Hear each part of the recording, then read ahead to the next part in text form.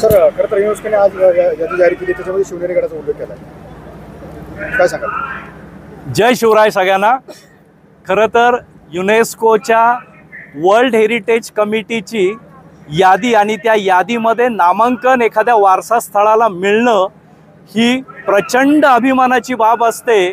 आणि खरोखरच 1674ला छत्रपती शिवरायांचा राज्याभिषेक झाल्यानंतर जी बातमी लंडनमधून प्रसारित झाली होती, जगभर गेली होती, त्यानंतर आज खऱ्या अर्थाने पुन्हा एकदा 350-400 वर्षाच्या कालावधीनंतर पुन्हा एकदा तो काळ जिवंत झालेला आहे.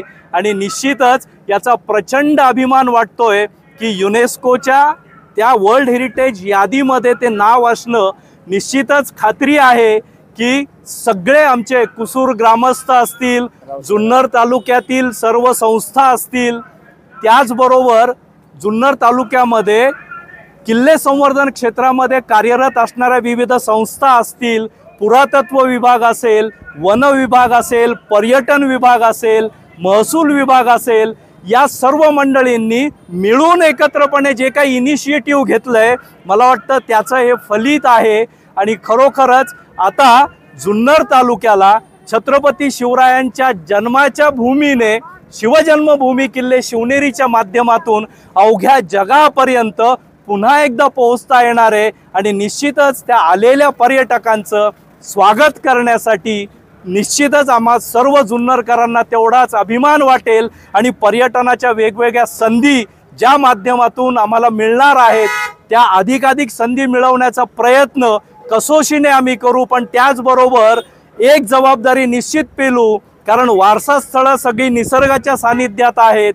हे सगळं पर्यटन विकास करत असताना निसर्गाचा कुठेही ऱ्हास होणार नाही याचा आम्ही सर्व जुन्नरवासीय कसोशीने प्रयत्न करू. आणि निश्चितच या पर्यटनाच्या संधीचा तमाम नागरिक म्हणून आम्ही मोठा सहभाग याच्यामध्ये घेऊ.